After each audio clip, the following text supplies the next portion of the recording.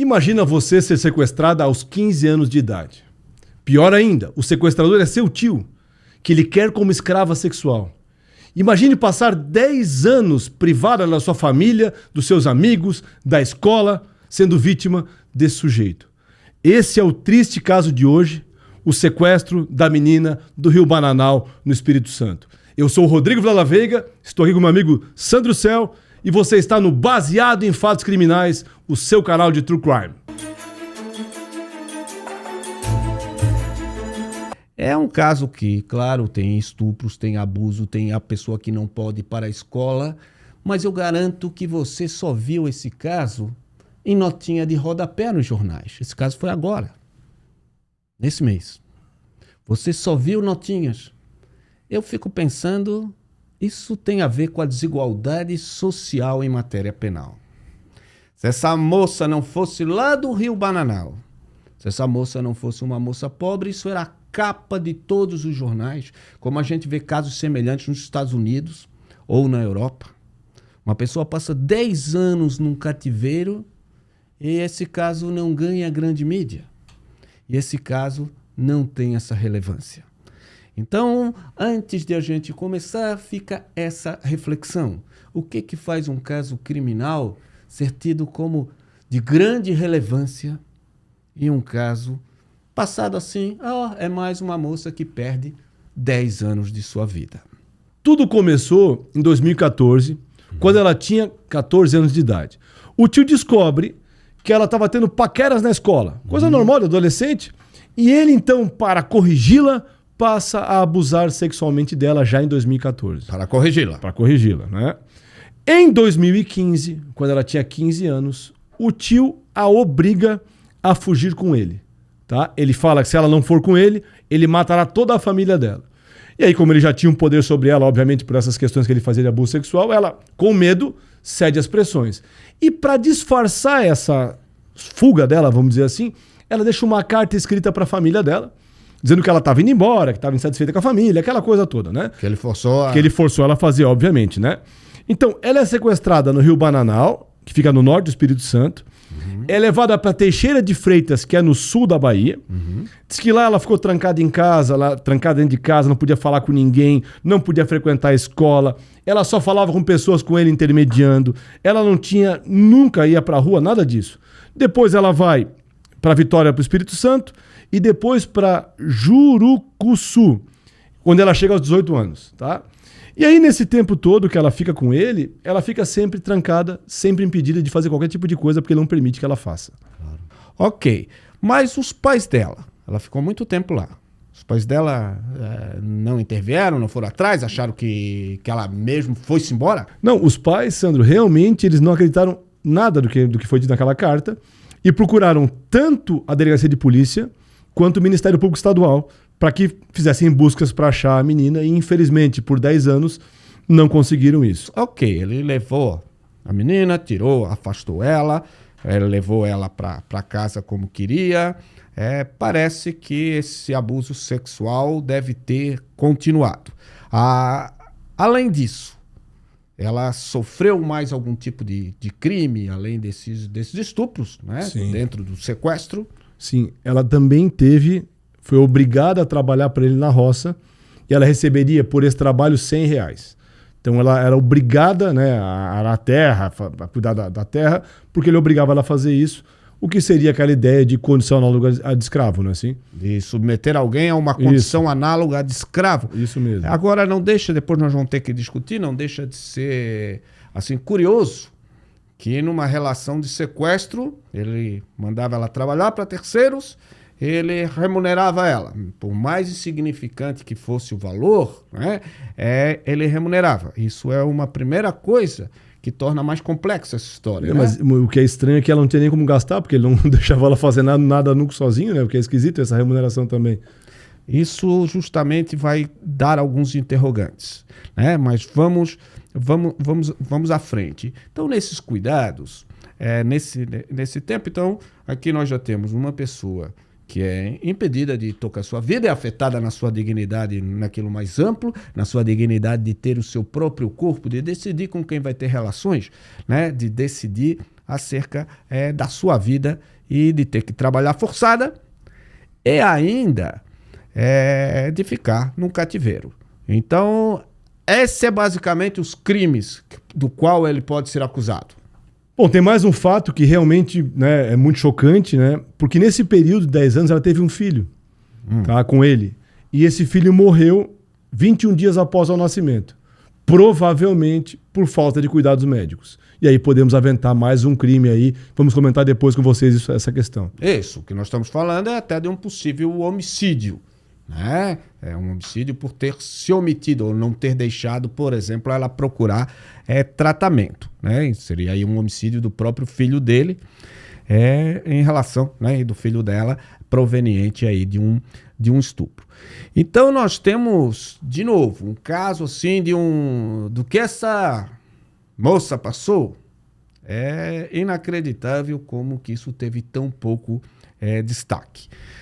Ok, mas felizmente 10 anos, quase 10 anos depois, ela é libertada. Ela é libertada por quê? Porque ele foi preso. Como que aconteceu aí o fim dessa tragédia, dessa agonia que essa moça passou? Sandro, ele em 2024, tá? Aproximadamente 8 meses antes dela ser resgatada, o cidadão dá para ela um celular. Então ela ganha um celular dele e ela então consegue criar uma rede social e consegue, através da rede social, fazer contato com uma prima e é a prima que chama resgate para ela. Então, se não fosse esse celular, provavelmente ela não teria conseguido ser resgatada. Então, foi através da rede social que ela chega numa prima e essa prima, então, chama a polícia. Rodrigo, esse caso, então, vai ficando ainda mais complexo. Isso só vai poder ser entendido dentro aí da dinâmica humana de síndrome de Estocolmo, outras coisas que nós podemos usar para entender essa relação.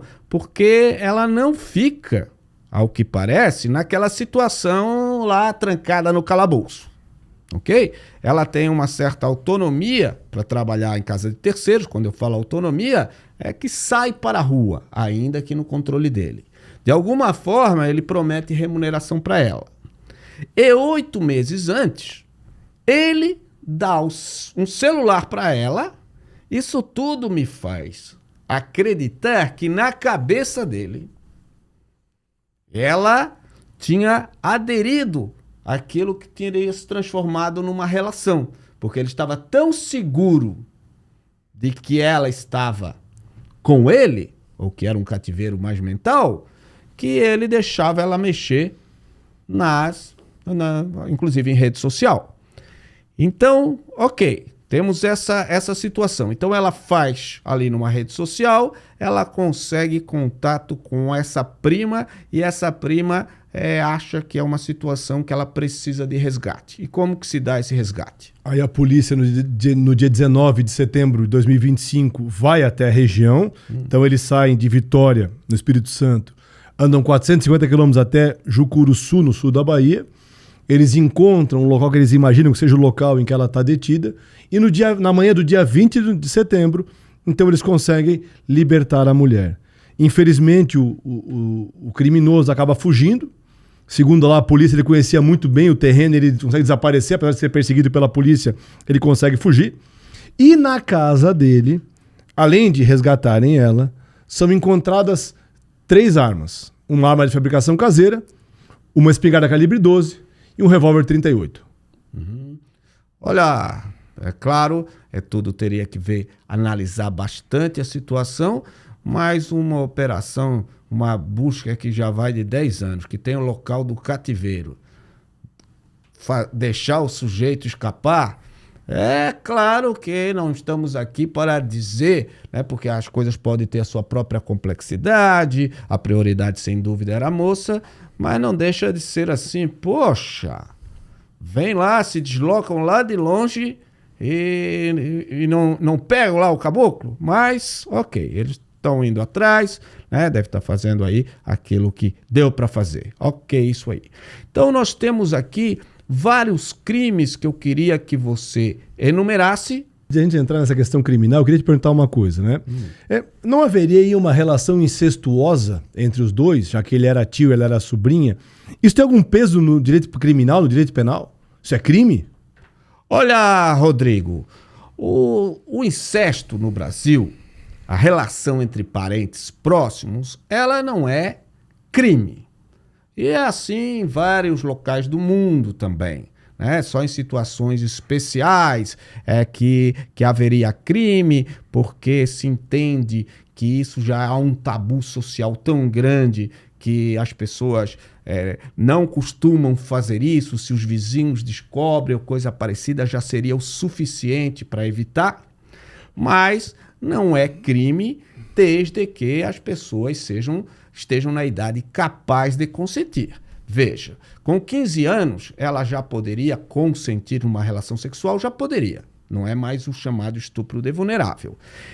Haveria crime se não houvesse nenhum tipo de violência? Em princípio, não. O fato de ser incesto em si no Brasil não é crime. Agora, é claro, não ser crime significa que ele não poderia responder apenas pelo fato dela ser sobrinha. O problema não foi ele ter relação sexual com a sobrinha, que já tinha mais de 14 anos. É o que diz a nossa lei. O problema é ter havido violência, se aproveitou de alguma forma da fragilidade psicológica ou da sua superioridade física em relação à moça.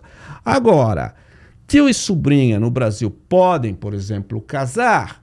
Há uma certa controvérsia. Por quê? Porque no nosso Código Civil diz que, embora não seja crime esse casamento, que haveria o impedimento de parentes, ainda colaterais, até terceiro grau, que é o caso de tio e sobrinha, que também não poderiam casar.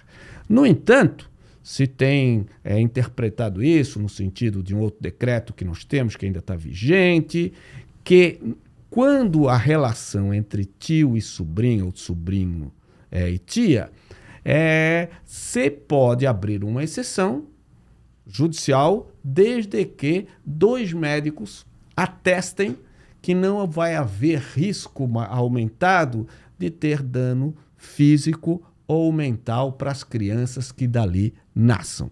Então, de qualquer forma, como regra, é proibido tio e sobrinha casar, mas tem brechas que são possíveis, mas o problema aí não seria de incesto. Então, eles não vão responder pelo simples fato, no caso, ele não vai responder pelo simples fato dela ser sobrinha. Mas, então, no campo civil, no campo geral, é isso. Em tese, tá, com o que nós temos de informação, ele cometeu sequestro, estupro, redução à condição análoga de escravo, abandono intelectual, possível crime de homicídio por omissão, veremos aqui qual é essa história, e ainda 3 crimes de posse ilegal de arma de fogo. Peraí. Vamos aos poucos. O primeiro crime, o que dá início a tudo. Tem estupro lá no início, depois tem estupro, mas vamos pegar aquilo que traz esse caso para nós. Primeiro, o sequestro. Como que se caracteriza o sequestro? Porque, em geral, quando a gente vê na televisão, o sequestro é aquilo, quando fala o sujeito foi sequestrado. Em geral, estão pedindo dinheiro para o resgate. Poderia explicar o que é esse sequestro aqui, que não tem dinheiro para o resgate? É importante. Quando eu tenho dinheiro para o resgate, eu tenho outro crime chamado extorsão mediante sequestro. É diferente, até mais grave a pena. Nesse caso aqui, temos o crime de sequestro, que é basicamente o quê?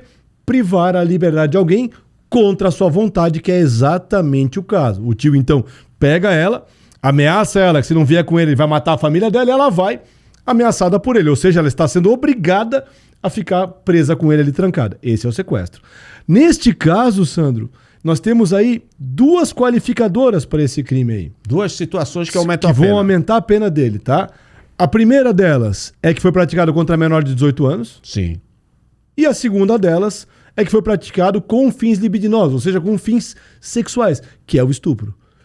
Então é um sequestro com pena maior porque ele é qualificado de duas formas. Que a finalidade é o estupro. É uma coisa, não independe da outra, né? Pode haver sequestro sem estupro e estupro, em geral, sem sequestro.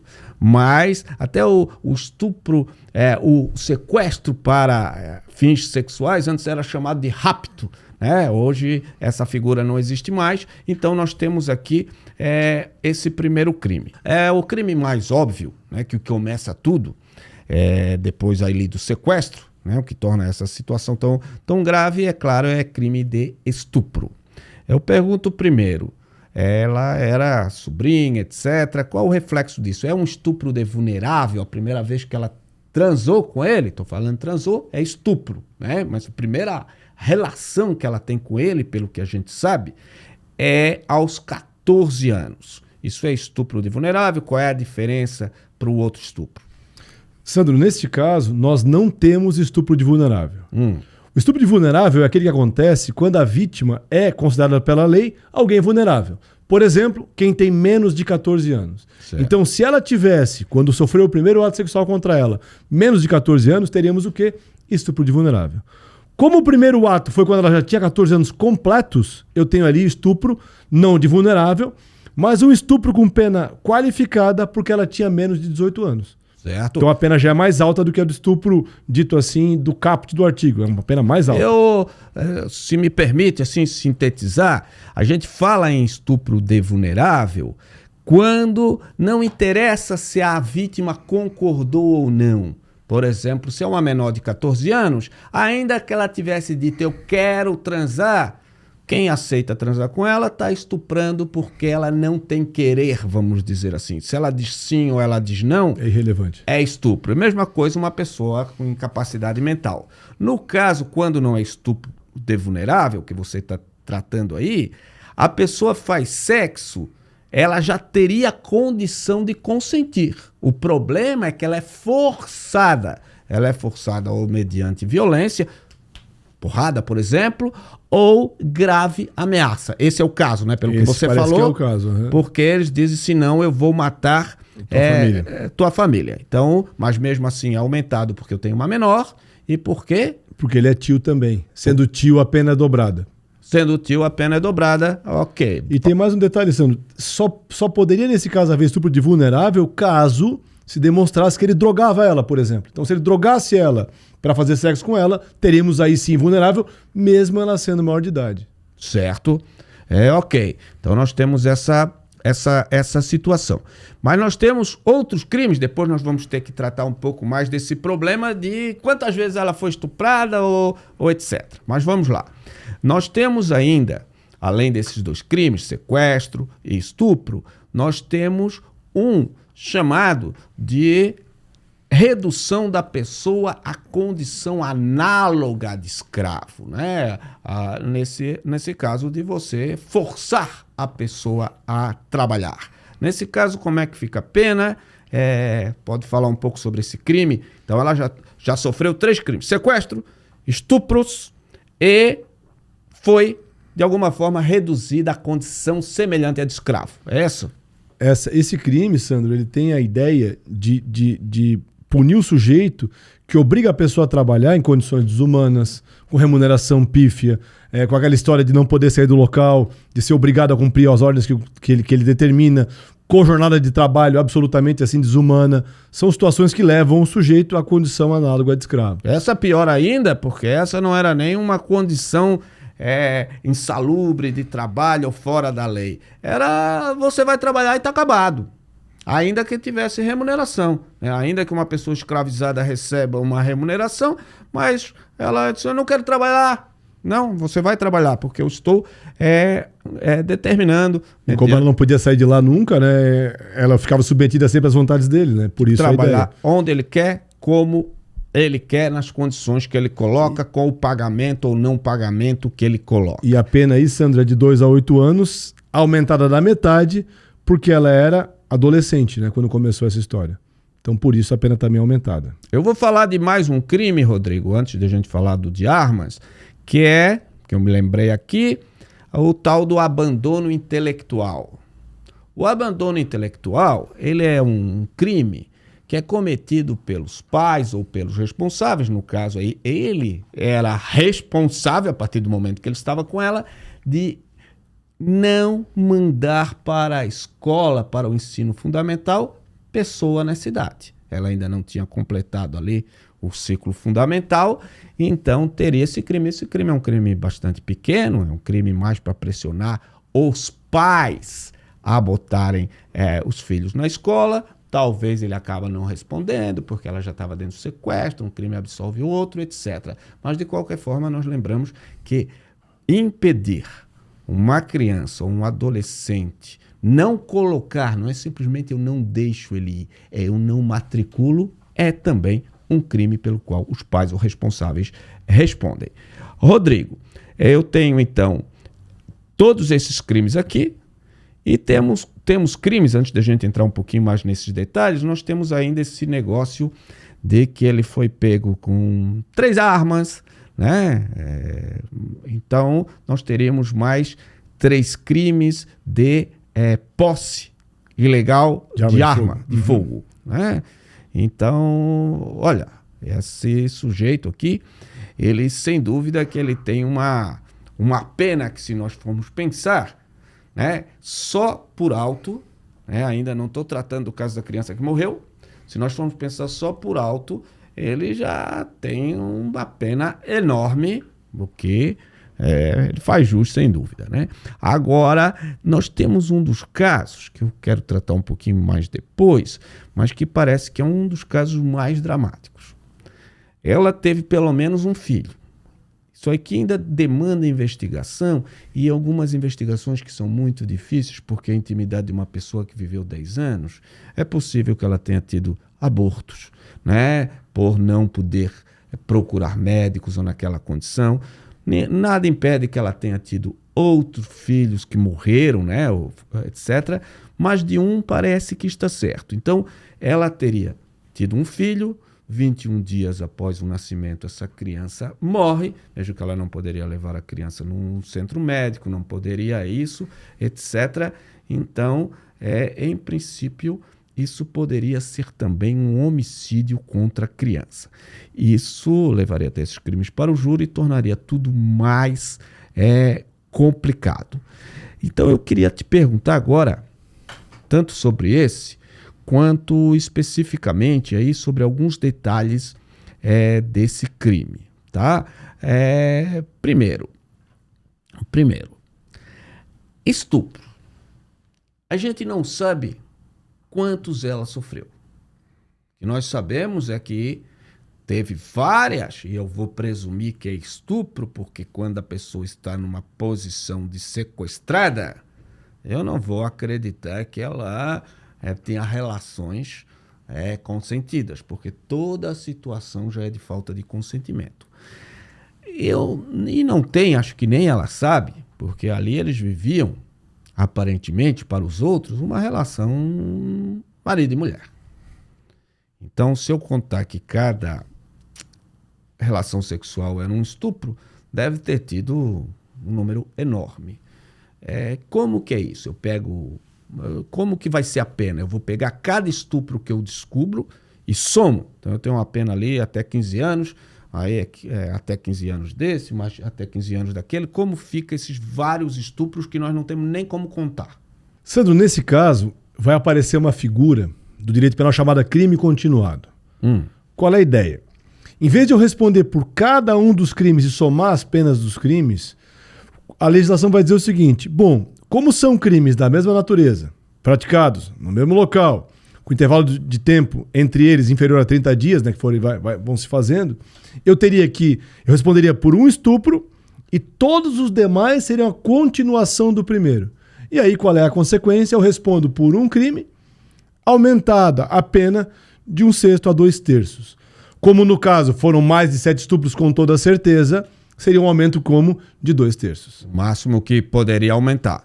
De qualquer forma, o crime continuado não deixa de ser um benefício para o réu, né? Porque se fosse somar cada estupro, só os estupros já dariam uma pena... Mais de 1000 anos, fácil. Exatamente. Fácil. Então, bom. Então, nós temos o estupro, nós teríamos 1 continuado, então, um estupro de tio contra menor de 18 anos, né? Ainda aumentado 2/3 ao final por causa desse caráter de continuidade. Ok. Outra coisa, no caso do homicídio, tá? No caso do homicídio, eu estou pensando na seguinte situação.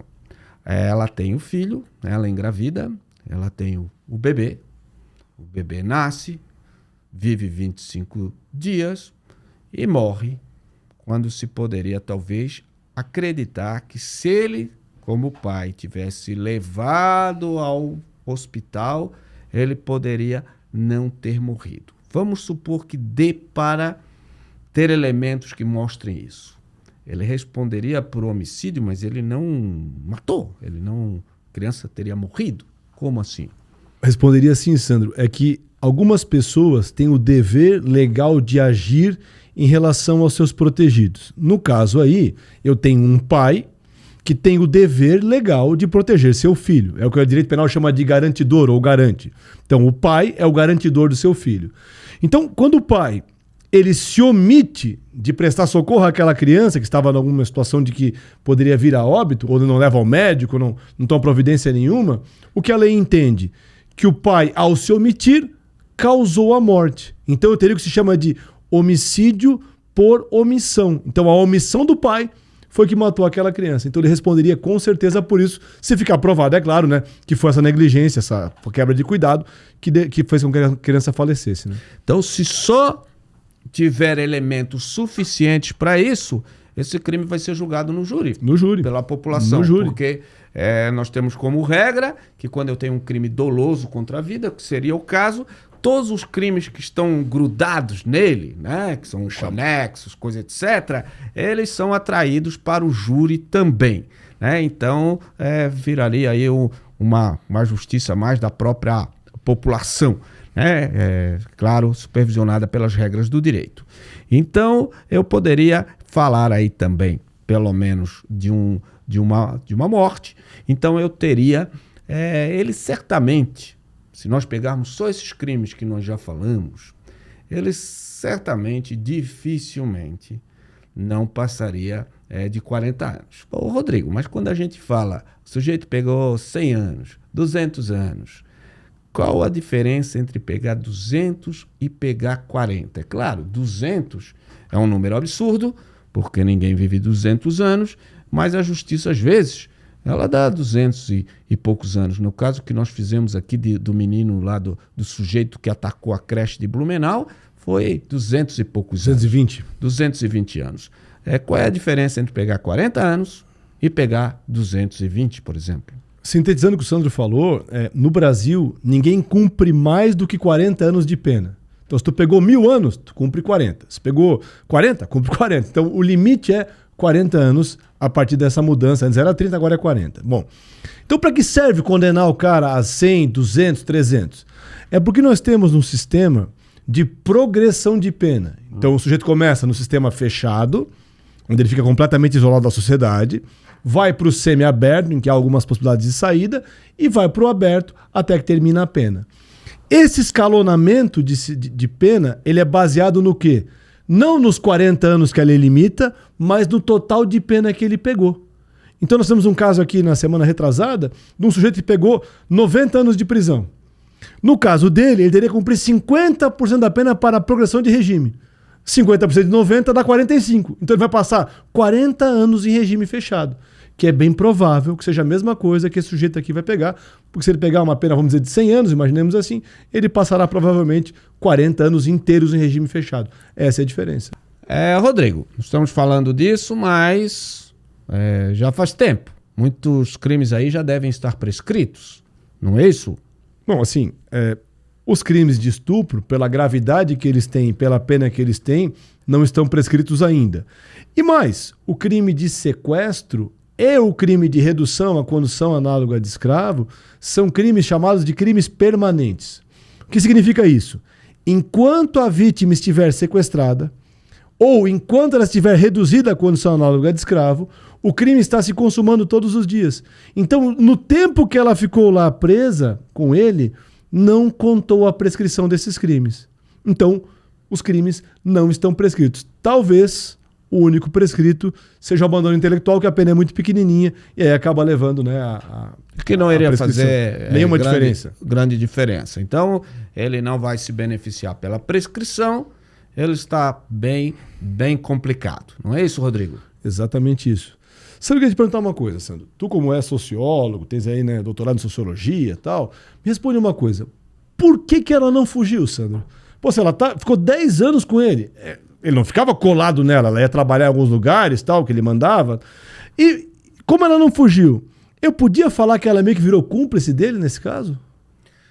Olha, a complexidade humana é muito grande, né? É claro que tudo isso, um certo grau de liberdade, é difícil você viajar com uma pessoa daqui para lá e manter ela dentro de um saco o tempo inteiro.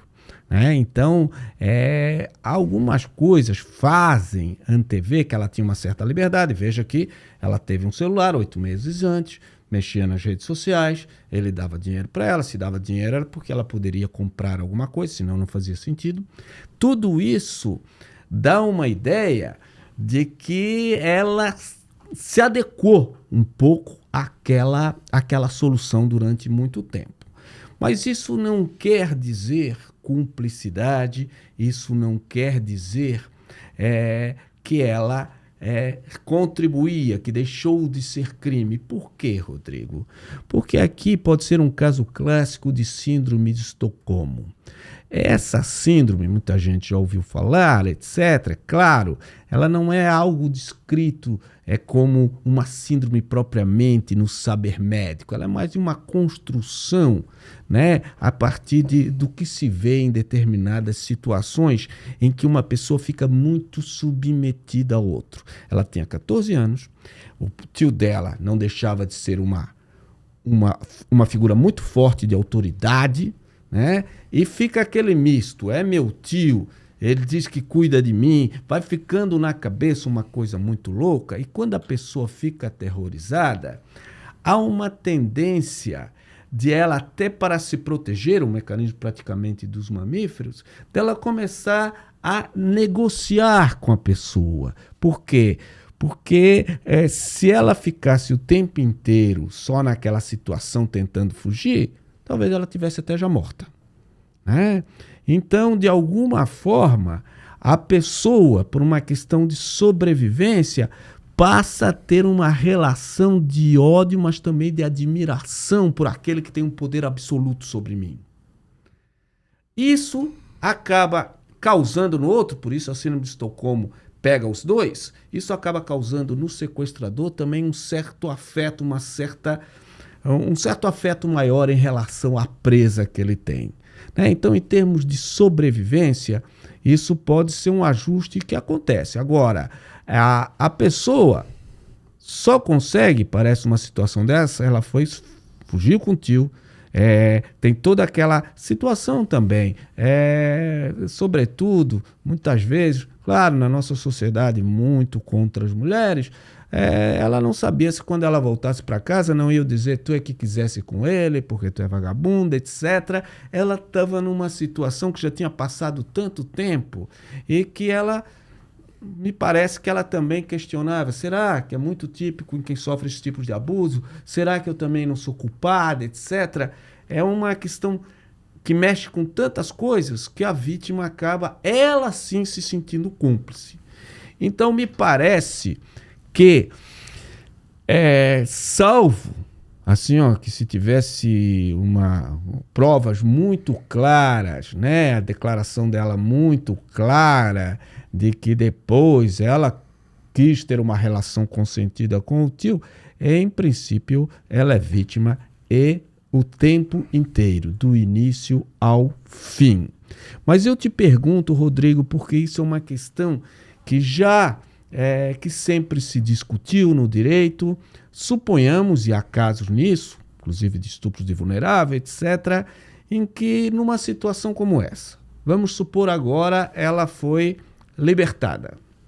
Mas dentro da confusão humana, dentro disso que eu falei, se de repente, por hipótese, como temos outros casos, ela dissesse, não, eu vou casar com ele.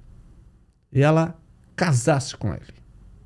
Voluntariamente ali, vamos dizer, está atestado por juiz, promotor, todo mundo, que ela já tem 25 anos, ela faz o que quer da vida e ela quer casar com ele. Até porque ela, teoricamente, poderia.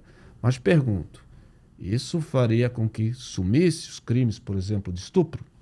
Sendo por incrível que pareça, até 2005, a nossa legislação criminal permitia que o sujeito que estuprasse alguém, se ele casasse com a vítima, ele ficava isento desse crime. Ou seja, o casamento da vítima com o seu estuprador levava ao que se chama de exceção da punibilidade. Ou seja, esse crime não se pune mais. Isso até 2005. Como o caso é posterior a isso, isso não funciona. Haveria um outro questionamento que é o seguinte. Até 2019, o estupro feito contra a maior de idade dependia da vítima autorizar o Estado a agir. Ou seja, sem que a vítima permitisse, não podia processar o criminoso. Provavelmente, em relação a ela, isso não interfere, porque ela era menor de idade até 2019. Quando passou para 2020, aconteceu o quê? O estupro passou a ser crime de ação penal pública incondicionada. O que significa isso? Independentemente da vontade da vítima, o promotor pode, se sabe que é estupro, denunciar o criminoso. Então, no caso dela, tanto o casamento dela com ele, quanto essa questão do tipo de ação penal do estupro, não influenciam nesse caso, o cara vai ser punido igual. Olha, isso é interessante. Por que até 2005 o casamento da mulher estuprada, porque até 2005 também o estupro só existia quando a vítima era mulher, né? Hoje, tanto o homem pode ser vítima de estupro quanto a mulher, mas até em 2005 não, isso só mudou em 2009. É o seguinte, o estupro na nossa sociedade, ele era pensado como um crime contra os costumes. Praticamente o problema do estupro, sabe qual era? Não era a vítima ser violada, era que ela perdia o casamento. É que ela era uma mercadoria estragada, era assim que era pensado. Então, se o estuprador casasse com a vítima, ele levou mais ou menos o vaso que ele quebrou na loja, ele comprou. E aí deixava de ter crime. Isso é comum quando a gente vê até aquela dança de quadrilha que a gente vê, caipira, coisa etc. Tem uma determinada situação em que o pai força o sujeito a casar com a noiva porque já teria se passado. Mais ou menos isso. É como a nossa lei fazia. Tu quer ir para a prisão ou tu vai assumir esse casamento? E muitas mulheres, então, que eram estupradas, o sujeito casava com elas para não ser punido, e a nossa lei autorizava isso, porque a ideia não era que a mulher tem dignidade, a mulher tinha que casar. Então, claro, isso foi muito questionado, mas só muda mesmo em 2005, veja, há bem pouco tempo, em que o casar não evita a punição pelo estupro. Agora, a complexidade da vida, Rodrigo, às vezes traz questões muito difíceis. Nós estamos tratando aqui de um caso limite. Mas veja o caso que chegou ao STJ, que foi julgado agora, em 2024. Rodrigo, o caso era o seguinte. Tinha uma moça de 13 anos que teve uma relação com um sujeito de 18. Isso é estupro de vulnerável. Claro, porque ela não podia dizer sim, mas ela disse sim. Ela era apaixonada por ele, fugiu com ele, o problema ali era a idade. Se fosse depois de 14 anos, não teria estupro, mas teve. E foi condenado e foi até o STJ. E o STJ acabou considerando que, nesse caso, o casamento tirou o estupro. Qual foi o argumento, a dificuldade do STJ? Porque ali nós tínhamos a seguinte situação. A família que era contra depois ficou a favor. Eles estão juntos até hoje. Tá? Ela já tem ali os seus 25 também, até o crime vir. Eles têm filho. Já tiveram o segundo filho depois dela estar adulta. Ela o tempo inteiro diz que ela não quer que o marido seja considerado estuprador porque ela nunca se sentiu estuprada. E que o tribunal acabou entendendo que nessa situação, se botar ele na cadeia, não deixa de ser uma punição para a própria vítima. Porque a vítima vai passar a ser estuprada quando ela não se sente, e nesse caso é uma situação tão complexa que a decisão do STJ, ele disse, olha, não é que a lei não é clara, isso é um estupro, mas essa situação, ela não tem nenhuma solução. Se nós botarmos agora mais de 10 anos, quase 15 anos, o sujeito na cadeia, certo? Nós vamos prejudicar os filhos e nós vamos prejudicar a esposa, que consentiu aos 13 quando não poderia consentir, mas que hoje diz, vocês vão me fazer de vítima agora, se vocês tirar o meu marido. Então tem determinadas situações que é de fato nessa área sexual muito difícil de lidar. Agora, é claro, não é esse o nosso caso, porque o nosso caso é de um tio que sequestra uma pessoa que se disse que aceitava ter relações com ele, era no medo de vou contar para os teus pais, era no medo de que vão matar tua família. Então aqui nós temos um estupro em modelo padrão, né? Então, veja, nós temos aqui todo um contexto. Quando eu falo, aqui quando nós estamos falando porque o nosso aspecto é o direito, nós estamos falando sobretudo de uma tragédia jurídica, certo? Ele pode pegar aí 100 anos, 150 anos, mas não tem pena que satisfaça o que a vítima perdeu. Os 10 anos de vida dela não voltam nunca mais, né? Além de 10 anos de vida dela, a vida sexual, né, dela complicada, a própria culpa que a pessoa sente nesses tipos de crime, é muito comum que a vítima se culpe. Ela diz, será que não fui eu que dei abertura para isso acontecer? Então é uma loucura. Eu acabei gostando dele, até se me estou como não, então se sente que ao mesmo tempo eu não sou inocente, etc. Isso, a cabeça vai à loucura, vai precisar de muita terapia, coitada. E além disso, ela é uma mãe que já perdeu um filho em situações bastante complicadas. Então esse é um daqueles casos em que aí vem o limite da lei, penal. Se eu bato no seu carro, se eu quebro o seu carro, em última análise, se a lei me fizer pagar o seu carro inteiro, o direito pode satisfazer. Se você pode, tive um aborrecimento, mas meu carro foi restituído. Quando nós tratamos de casos criminais, o punir ele não devolve a vida para o que morreu, não devolve a dignidade sexual a quem teve ela ofendida, não devolve o medo de uma pessoa que foi assaltada, não resolve essas coisas. Então o direito penal, por isso que a gente fala como é necessário quando a gente fala que a prevenção, porque os crimes eles não têm volta, esses tipos de crime. Não é como alguém furtar o meu relógio, passou corrente furtar, se eu receber o relógio de volta, aquilo volta. Agora, não. Aqui nós temos uma vida que foi estragada, e eu volto aqui na minha reflexão final, Rodrigo, dizendo isso. O que me deixa mais triste nesse caso? O fato de, além da situação da moça, desse caso não ter nenhuma relevância. Nós tratamos aqui de casos de relevância, como da Deolane, como de casos de pessoas, de Robinho, de coisa de pessoas que, porque são famosas, né, os crimes são muito levados em consideração. A Suzane von Richthofen, porque era uma guria de classe média que vitimizou os pais, aquele crime se tornou um dos crimes mais falados. Aqui nós temos um crime de uma desgraça incrível, feita contra uma moça pobre do interior, e os jornais, então, não se importam muito. É apenas uma nota de rodapé. Então, no fundo, essa é uma pessoa que não vai ter direito de contar a sua história, não vai ter a mídia que outros casos vão ter, e isso mostra que a nossa sociedade é muito desigual em relação àqueles que sofrem crime.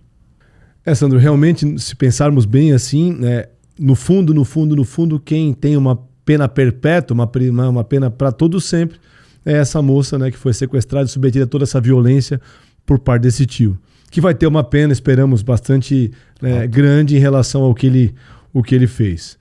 Bom, pessoal, esse é o nosso caso de hoje. Aguardamos vocês na quarta e no sábado, não é assim? Quarta-feira com o episódio principal, sábado com o nosso Papo de Sábado. Um abraço e até a próxima. Um abraço, pessoal. Até a próxima. E esse é um caso para a gente refletir. E se inscreva no canal se você ainda não está inscrito. Curta, né? Nos apoie, que a gente gosta bastante de vir trazer esses casos dramáticos, mas com os quais a gente aprende até sem perceber que está aprendendo. Deixe seu comentário lá embaixo, discorde, concorde, mas dê sua opinião que nós respondemos e gostamos, porque nós também queremos aprender. É isso aí, pessoal. Até semana que vem.